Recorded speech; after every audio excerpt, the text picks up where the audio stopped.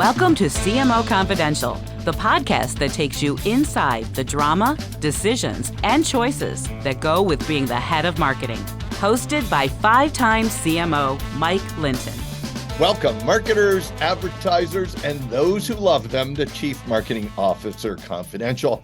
CMO Confidential is a program that takes you inside the drama, the decisions, and the politics that go with being the head of marketing at any company in what is one of the most scrutinized jobs in the executive suite. I'm Mike Linton, the former Chief Marketing Officer of Best Buy, eBay, Farmers Insurance, and Ancestry.com, here today with my guest, Tom Goodwin. Today's topic, a futurist and innovation expert talks about Nowism, a look at business through tomorrow's lens. Now, Tom has been studying innovation and change his whole career.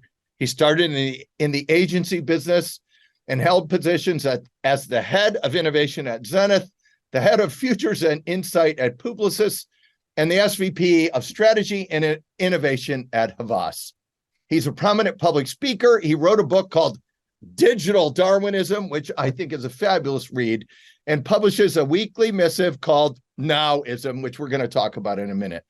I've known Tom since my time at Farmers, where he constantly impressed me with his practical take on innovation in the future. Tom, welcome, and thanks for joining us. I think this should be really good. I'm looking forward to it. So thanks for having me on, Mike. Oh, it's great to see you. So, Tom, let's just start with the big picture thing. Your overview and thinking on change and innovation in the marketplace today. I think people have got very obsessed with the idea that everything is changing, everything is different.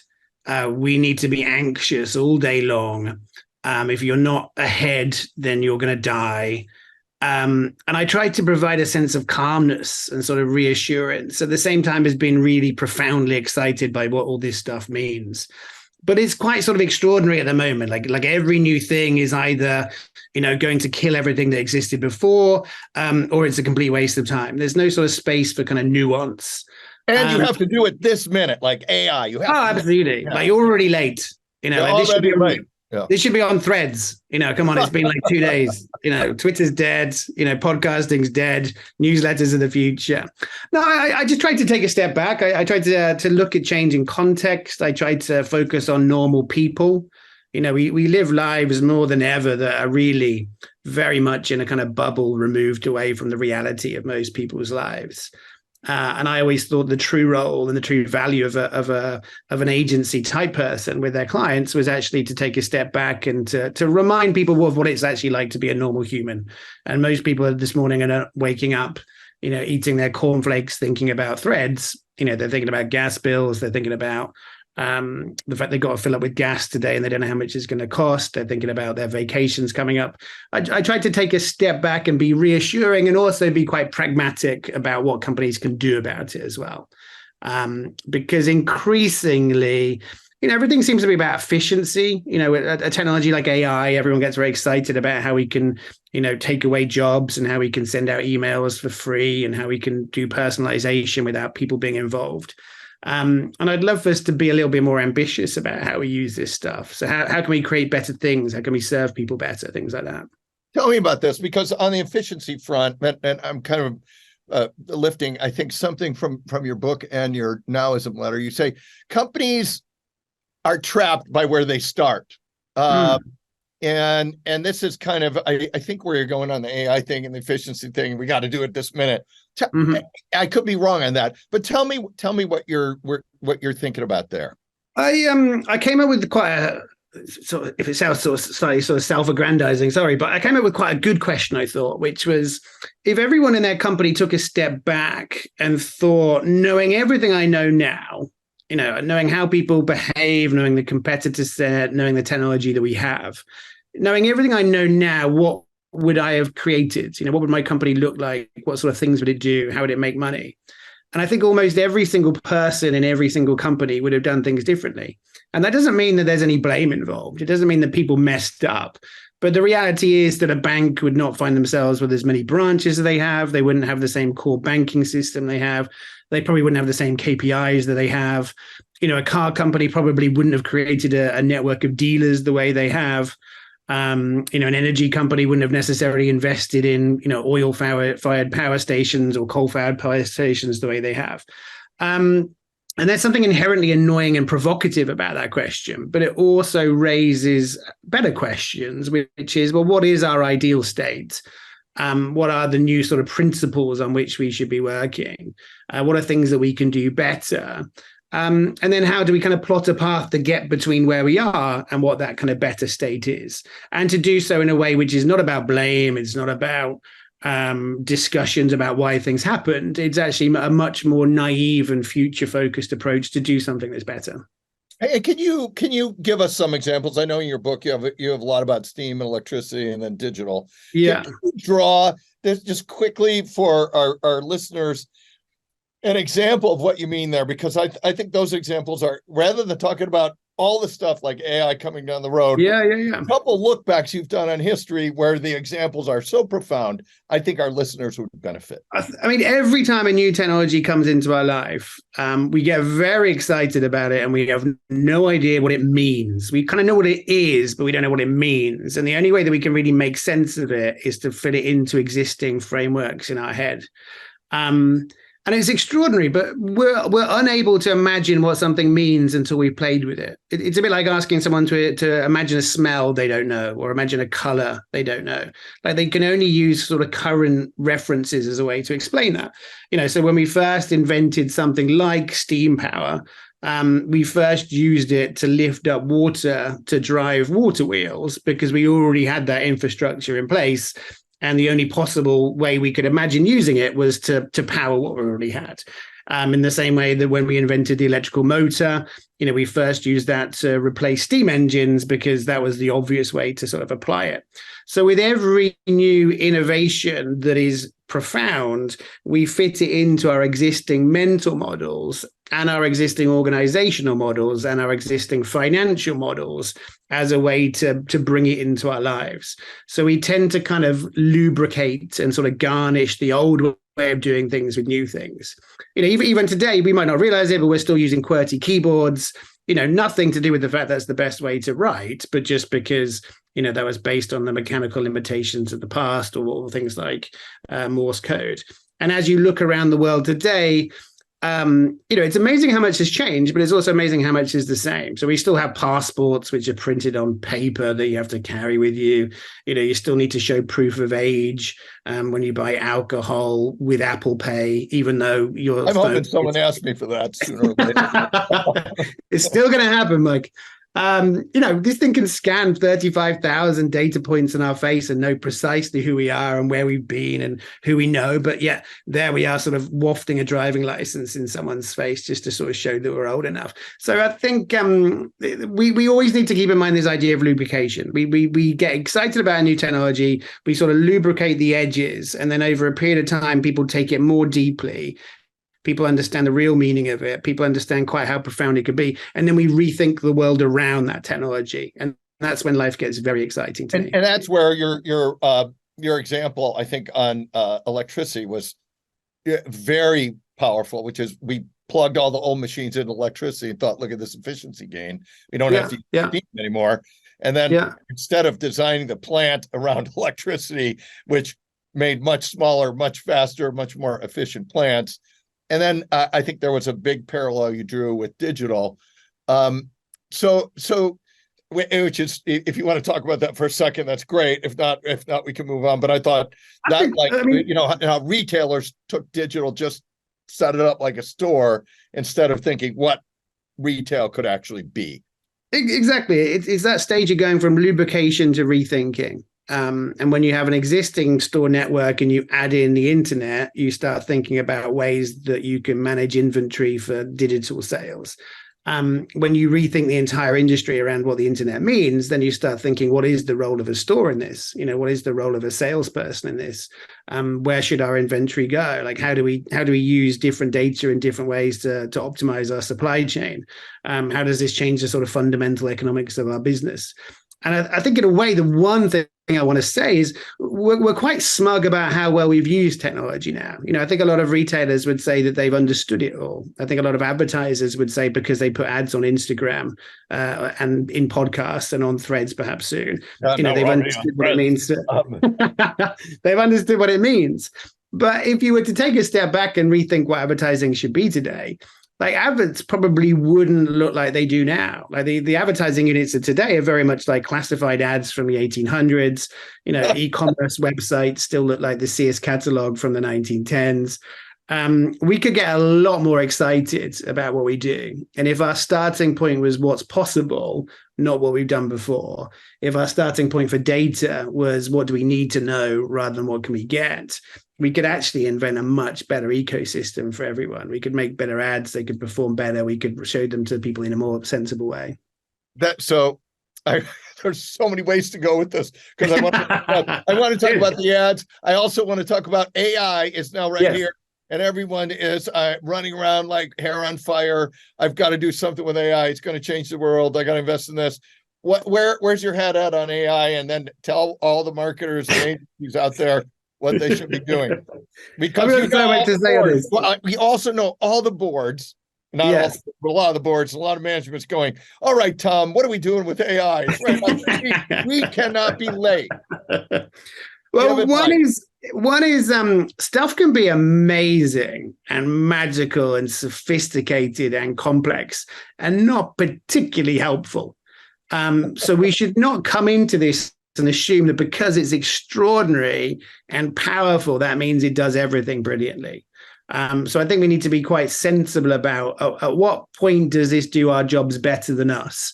And at what point is it helping us do our jobs better? And at what point is it a distraction? If you can now use AI to render out personalized ads to every single drinker of Coca-Cola and say, hello, Mike, it's a lovely July morning.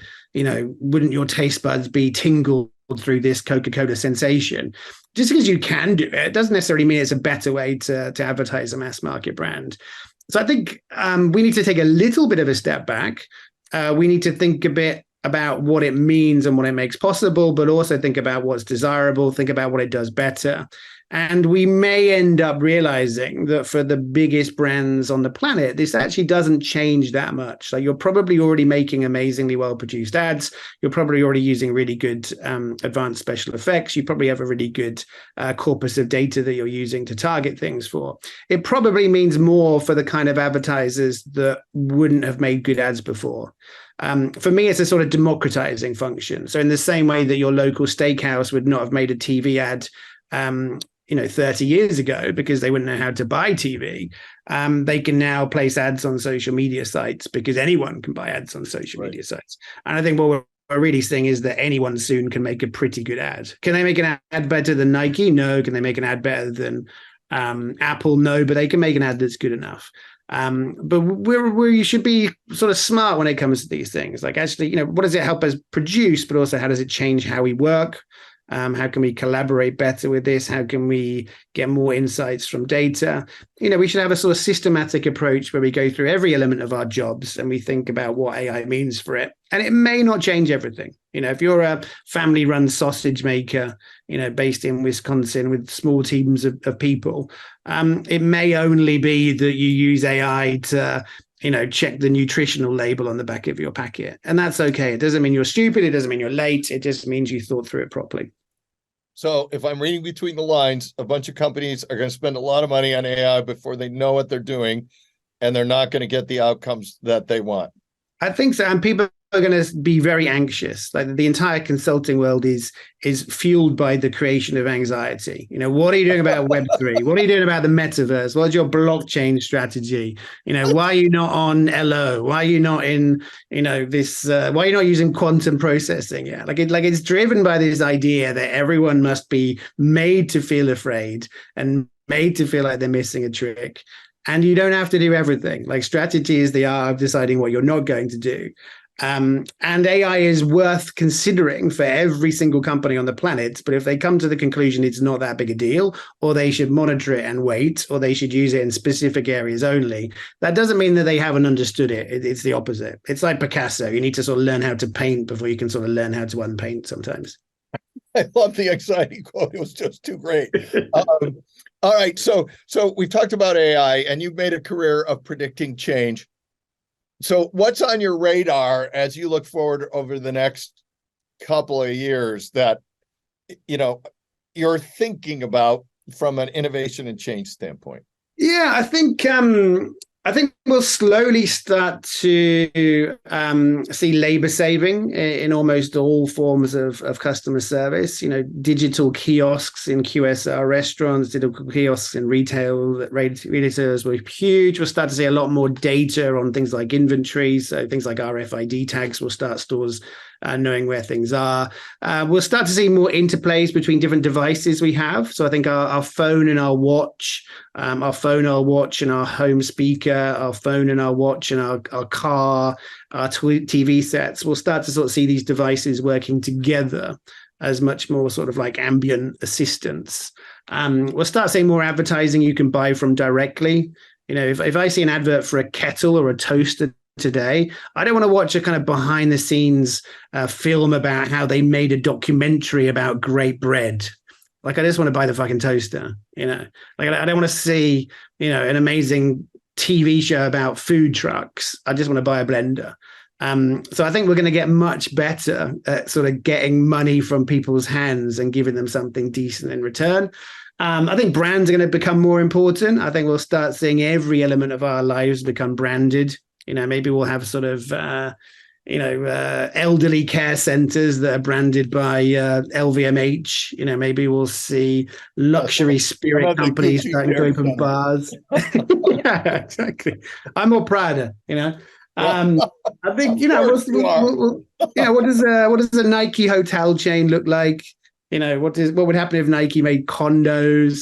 I think we're going to see brands become even more important because everyone's overwhelmed. We have way too much stuff we can buy from. We don't have enough time. We need people to help us make decisions. So in those predictions, and I'm paraphrasing this, I could be wrong, there's a huge amount of efficiency gains in labor and personalization, speed of buying, and ease, eliminating all the middle layers. And then there's the brand story. Tell me. And there's a whole counter going on brands, at least in a lot of businesses and driven by some of the tech companies, which is this branding stuff is just a waste of money. All you need is the product and the search and the presence. Tell me how folks should be thinking about brands, particularly, there's, in my mind, a bifurcation of brand believers and non-believers. Quite simply, I think the non-believers are wrong. We have the ability to measure so much stuff and we can gather so much data. And when you have that much data, you can tell any story that you want because you can frame it in every way you want. Yeah.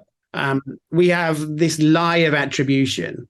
If I look around my office right now, everything that I have bought has perhaps happened with a digital ad being shown to me in the process, but it's not happened because of that ad.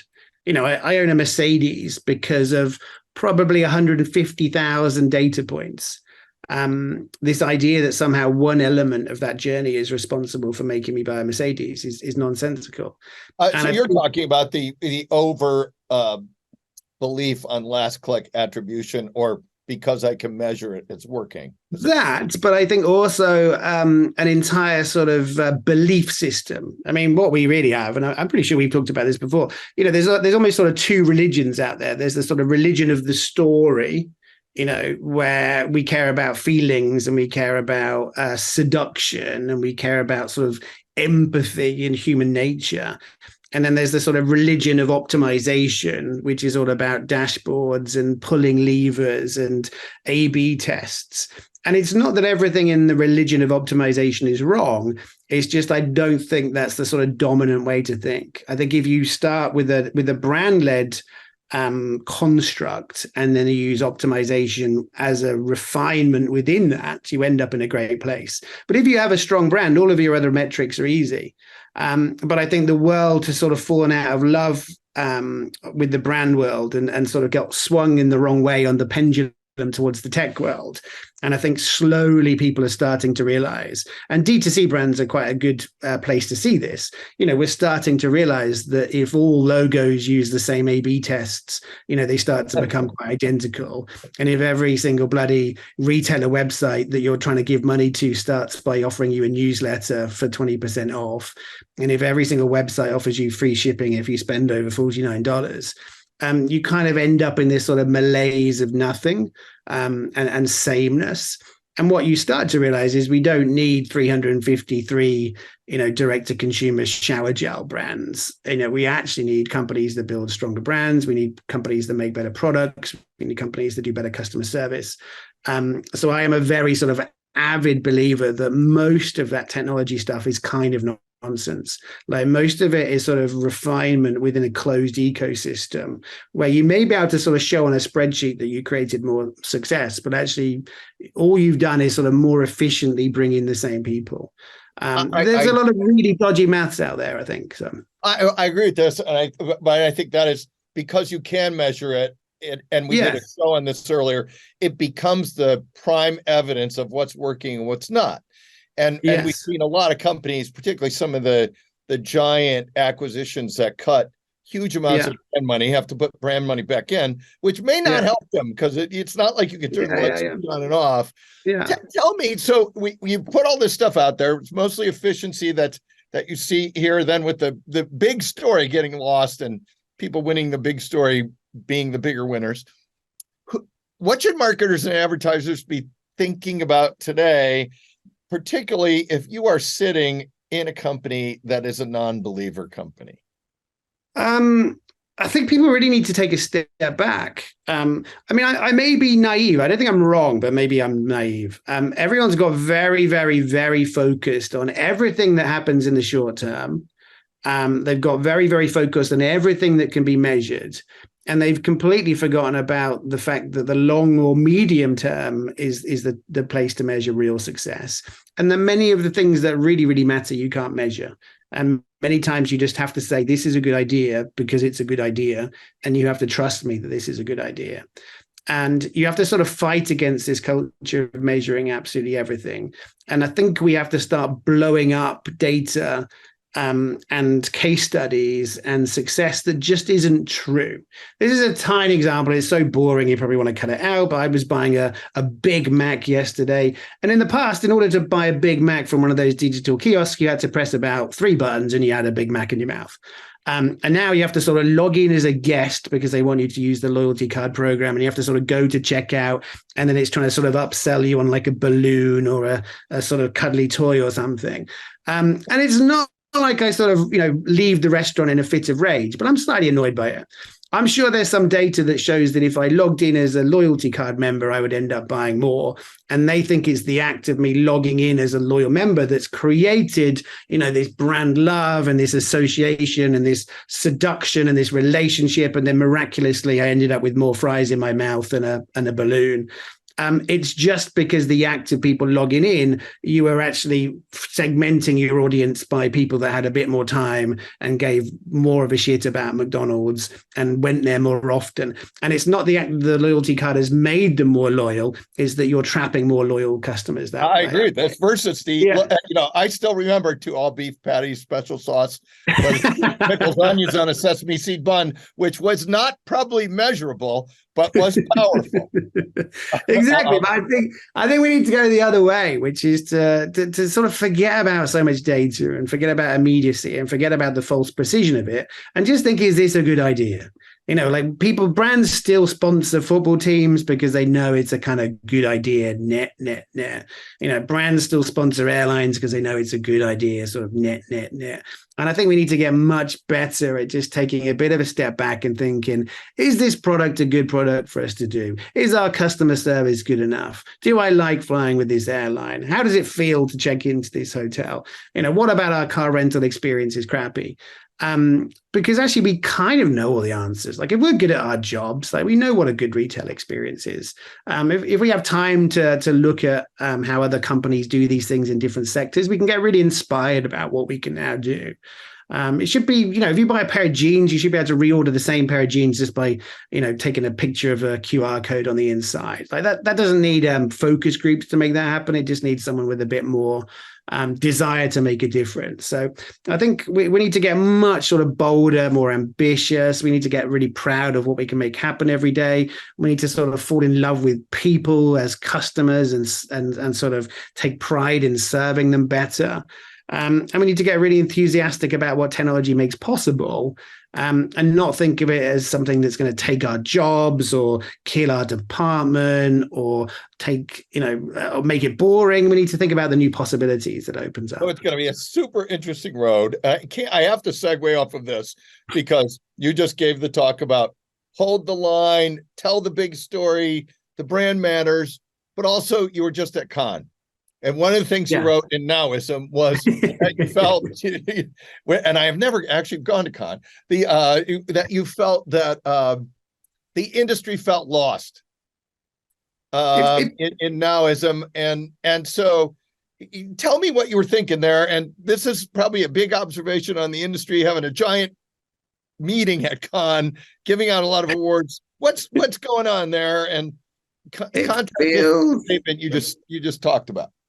It feels sort of small, like it feels sort of parochial. It feels a bit like there was a sort of clip years ago about a kind of movie star, that was offered contracts in TV, and suddenly the sort of screen got small. Advertising used to feel like it was part of the culture, maybe even created culture. If you worked in London and you led the British Airways account, you could get a table in any restaurant in the city. Yeah. If you worked in advertising in New York, you could sort of, be proud on any date that you went on. The industry has become quite sort of parochial. It's become quite tactical. It's become quite embarrassed. It doesn't know where to turn. It doesn't know whether, in the online world, the idea of sort of... It's embarrassed by what? What's it embarrassed by? I think it's embarrassed by the fact it's now supposed to sell stuff. The reality is that there is no line between advertising and commerce anymore. You can get an ad up for Coca-Cola on the, Target website, and you can buy Coca-Cola straight away. We're sort of embarrassed that we're in the industry of shifting goods. We're kind of embarrassed that, below the line and the sort of grubbiness of coupons, and the sort of nastiness of in-store retail and wobblers. We're sort of embarrassed that actually that's sort of part of our domain now. So as time goes on, we've sort of segmented the industry into these very different units, and we've had sort of different sort of people deal with those small things. And then I think we always thought in creative that we were kind of sat on top of them all. And I think now there's a realization that many of those lines don't make any sense anymore, and many of those lines are blurring. And that actually the conversations we need to have are about commerce. They are about reputation. They are about PR. They are about placement. They are about price. And I think it's exciting. I think it means that we have all these new domains to think about. It means we get to think about what a physical and a digital experience for commerce should look like. It means we get to think about how social media interfaces with paid ads. I think it makes it very exciting. But I think what's tending to happen is people in the industry are just confused by it all. They keep on being told that the metaverse is the next big thing. They keep on being told they have to have an NFT strategy. And I think everyone's just sort of walking around in a daze, sort of hoping it all goes away. But I think it goes back to the discussion we opened the podcast with, which is, you're not actually looking at the marketplace for what it is. You're looking at the marketplace for where you are. Yes. And the ad business, it's still grounded in how it grew up. It's not looking at how the whole marketplace is moving. So I think we ought to do a whole nother show on this because I have a lot of questions for you, and so if you'll do another show, we'll do another show. But to finish today, and we may do more than one show because I think this is too fun. So I want to close with two questions. But the first one is best and worst predictions you made in your career, because you're in the business of making predictions. Tell us. One way I get out of this is my predictions are always quite vague. So even when I'm wrong, it's kind of like, oh, I'm kind of wrong. And even when I'm right, it's like, oh, I was kind of right. I've been very good at thinking that most technologies that come along probably won't change that much. So I was very outspoken about NFTs being a waste of time. I was very outspoken about Web3 and the metaverse being nonsense. During COVID, I put my money where my mouth is, and I bought lots of stocks and shares in oil companies at their lows, and restaurants and hotel chains, because I knew that the world would come back and it would look. So when I see you, I know who's buying dinner. So exactly. So I've been right quite a lot in vague ways. I've been wrong. I realize there's a bit of a disconnect between me and how people really live their lives. So I thought that AirPods wouldn't be that successful because I thought people would be a bit embarrassed to wear them because they look quite stupid. I thought that something like TikTok wouldn't take off as much as it did because I thought it was sort of nutritionally empty and it was just sort of stupid and dumb. I'm particularly bad at sort of younger people trends. I kind of realize I'm not that good imagining life as like a 16-year-old. So generally speaking, I'm always going around saying this won't be that big a deal. And sometimes it is. Got it. Okay. Last question. Wrap up this session with some practical advice for our listeners who are, pretty much C-level or ad folks or people around the world. I think the greatest technique you can ever use is to do one thing, and that's to be aware of what's not changed. I know sort of Jeff Bezos is famous for saying this, but almost everything in marketing today on a philosophical and conceptual level, and when we look at principles, is exactly the same as it was in the 1900s. If you look at an ad campaign from 1935, you'll see it's still for direct-to-consumer mattresses and prefabricated homes and whatnot. Almost everything has stayed the same. So the key thing really is not to assume that everything's different, but to find the places where it is different. And more often than not, those differences are quite small and they're quite sort of tactical. So the question is not, what does advertising look like on social media? The questions tend to be more about, well, which, cookies do you use and how do you track it and stuff. So one, take a step back and realize what's not changed. Two, understand the altitude of your knowledge, because I think, correct me if I'm wrong, Mike, but, in the 1990s, TV was quite complicated. There are millions of different networks. Some ads had to be on PAL, some are CCAM, some were NTSC. If you're doing printing, you had to care about paper stock and bleed and RGB or CMYK. There was all this complexity. But as a CMO, that wasn't your job. It wasn't your job to talk about different types of printers. It wasn't your job to sort of feel the card that the coupons would be printed on. Your job is way above that. And I think somehow we've been sort of confused into this idea that we should understand the details, that you should feel vulnerable, on a stage or in a board meeting, if you don't understand how, cookies are placed or how email is delivered, or you should sort of be worried if you don't know the dimensions of a skyscraper ad. I think this is super important because I do think there is a huge game at a lot of companies driven by people, a lot of people in power and sometimes board members or others, which is a game of gotcha, which is if you don't know these details, absolutely, you can't be any good.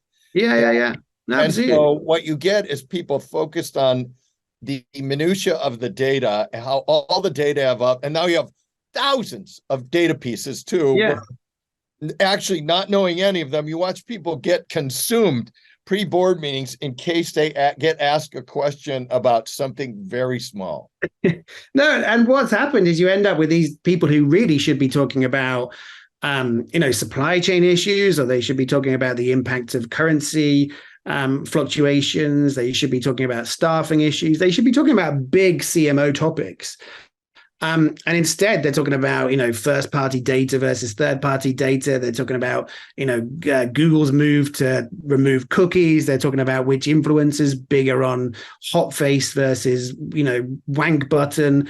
Everything's sort of become very little, And it's this sort of big like show off where you can walk around the streets of Cannes and it's like, oh, you know, I was talking to this new influencer called Zubyface99, and someone's there thinking, oh, I have not heard of Zubyface99.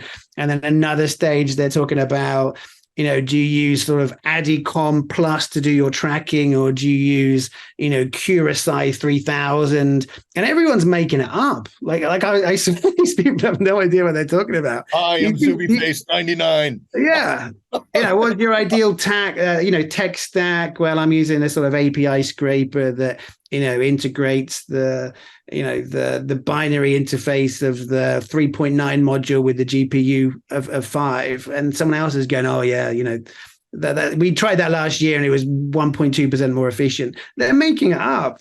Honestly, most people. And the efficiency metrics on these are all speech. So we're going to do at least one more show. Maybe we're going to do a regular run of shows because, you know, I can't. It's great to end on Zubyface99. Oh yeah, I'm a big fan of his. All right, so thank you, Tom, and thanks to everyone for listening to CMO Confidential. Look for more of our shows on Evergreen, Spotify, Apple, and YouTube, which include an operations-trained CEO dishes on what he really thinks about marketing. A B-school professor talks about brand value, measures, and the metaverse. He was with you. He didn't think the metaverse was a big deal either. Mm-hmm. And then a primer on the marketing CFO and why you might need it for your organization. Hey, all you marketers, stay safe out there. This is Mike Linton signing off for CMO Confidential. Today's episode of CMO Confidential is brought to you by CMOcoaches.com. Are you a current or aspiring chief marketing officer looking to take your career to the next level? You should work with a CMO coach. CMO coaches are former CMOs who are nationally certified coaches. So whether you want to improve your leadership skills, develop your team, or drive better business results, we have the experience and expertise to help you succeed. To learn more, visit us at CMOcoaches.com.